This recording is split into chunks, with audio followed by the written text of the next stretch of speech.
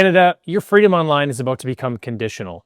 The Liberals recently tabled Bill C-8, which gives the federal government power to cut the internet off for any specified person. No questions asked, no warrant required, and no oversight until after the fact. So once this bill is passed, the industry minister, Melanie Joly, can order telecom companies like Rogers or TELUS to cut off service for any person at any time. And of course, this blueprint for surveillance and censorship is being passed off as for the safety and security of Canadians.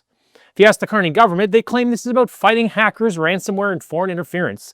But the language in the bill is so broad it justifies cutting off a journalist exposing corruption, a parent pushing back against questionable school policies, or a political activist organizing a protest.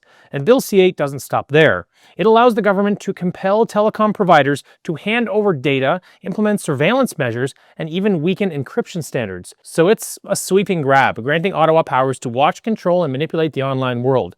Powers that were previously unimaginable in a free society. And let's not forget the hypocrisy here. Not long ago, the Liberal government repeatedly defended internet access as a human right. Canada was a founding member of the Freedom Online Coalition, signing joint statements against state control over the internet. Back in 2019, Ottawa condemned governments who suppressed online civic spaces by obstructing free expression and peaceful assembly. Just 3 years ago, the Liberals affirmed that rights and freedoms offline must also be protected online. But now, they're introducing legislation that turns this principle on its head.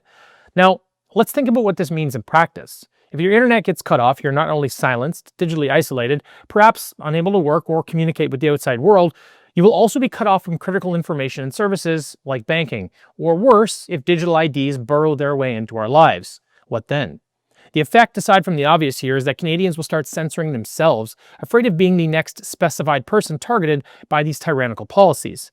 And of course, this gets significantly worse when you combine it with Bill C-9, the so-called Combating Hate Act, which allows the Liberal government to redefine the term hate in broad and subjective terms, and Bill C-63, the online hate speech bill, essentially a hybrid of both.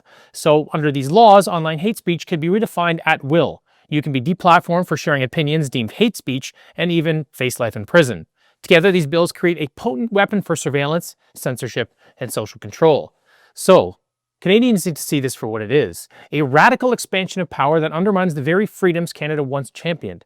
If this passes, it puts the very foundation of digital freedom in this country at risk, and as usual, it does so under the guise of protecting democracy.